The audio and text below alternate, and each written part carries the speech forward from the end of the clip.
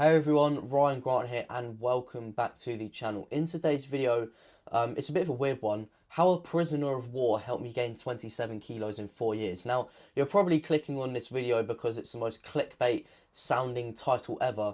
And I appreciate you clicking on the video because that was the aim of that. But however, I'm not clickbaiting, I'm not bullshitting you. And basically what I mean by the title is this man's way of thinking, this guy survived bloody Auschwitz in World War II, and this really links to why beginners quit in the gym and how you need to think about the gym and gaining results and gaining progress and all of that good stuff, okay? So, yeah, without further ado, let's get into the video. So, the prisoner of war in question, his name is Viktor E. Frankl, and if you don't necessarily know who he is, as I just said, he's a prisoner of war. He was held hostage in Auschwitz for a number of years in World War II. And if you don't necessarily know what Auschwitz is, it was one of the most notoriously horrible concentration camps known in World War II. They treated the prisoners of war and they degraded them to the worst level of human society, right? And this guy actually survived. He survived years of brutal treatment, and he's got a book, and this is where this actually came from. The book is called A Man's Search for Meaning. I've gone on about it in a few different videos, and the reason why is because I genuinely think in the future I'm going to look back, and if I have a list of books that have helped me change my life, it's going to be this one. So I'd highly suggest giving it a read. And one of the key takeaways that I sort of took away from this book is optimists die first. Okay, that is what this video is all about. That is how I gained 27 kilos in 4 years, even though I didn't necessarily know I was living by this 4 years ago. However, optimists die first, and this is something really important. And once you realize this, you are going to make crazy progress, and you are going to be in this for the long term. You're not going to have a problem with consistency. You're not going to be disappointed if you don't see results you necessarily wanted to see. So without further ado, let's get into it, okay? So first of all, if you don't necessarily know who an optimist is basically someone who has high expectations of something happening, and in this situation by a certain date. For example, optimists in this situation, so in the concentration camp, the optimists were people who expected to be freed or be rescued or be liberated by, Christmas Day, for example. And that is exactly what he talked about in this book. And he started to notice a pattern of, the certain people who were dying and, why they were dying. And this was because they were optimists, right? They expected something, and when that didn't come, they lost all faith, they lost all hope, and they lost the meaning and the will to live.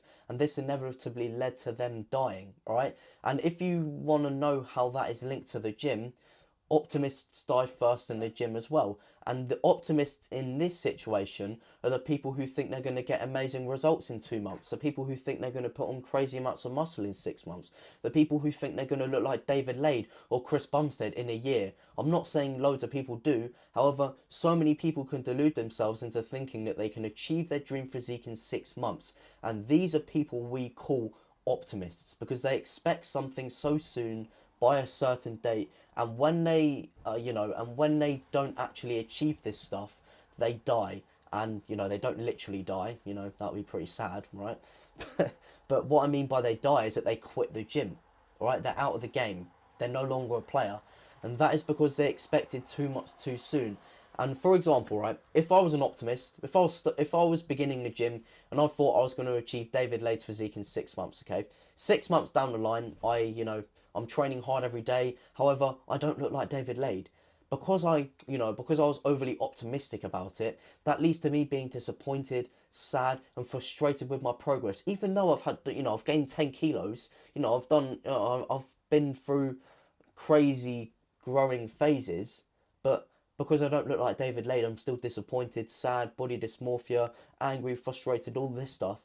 And this leads to me quitting, right? And that is what you don't want to be doing. So if you're a beginner to the gym, you need to remember that you won't achieve things overnight, okay? It is a process that takes time. You're going to have to work hard for it. It is going to be painful at times. You're going to start to have self-doubt at certain times. I still have self-doubt, and I'm 4 years into the gym. I love this stuff. I do this stuff most days of the week. However, I still have doubt. It's natural. Things like that are going to happen, and you need to realize that, success is achieved over time, and you don't necessarily, you know, you don't necessarily achieve what you want in the time frame you predict it to happen, if that makes sense. Okay, so you know, that's basically the end of the video. It's really quick, I know, but you know, I just wanted to get the point across as quick as possible. So don't be an optimist, and yeah.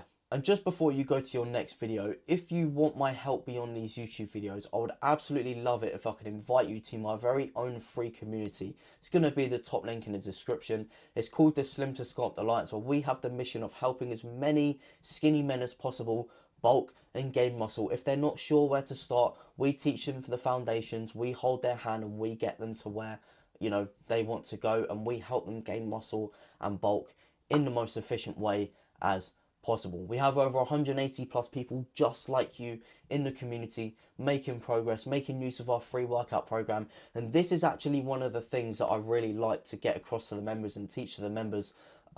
So, you know, if you want my help beyond these YouTube videos, you want personal access to me, you want accountability from 180 plus people, then it's going to be the top link in you know, in the description. And if you want to stay around on this YouTube channel, then it would genuinely mean a lot to me if you could drop a like, a comment, maybe you could even consider a subscription, you know. So I'll pop up on your algorithm more. I upload every Tuesday, Thursday, Sunday. So if you want to stay around for these videos, then be my guest, and you know, it'd be an absolute pleasure. But that is everything for this video. I will see you guys in the next one.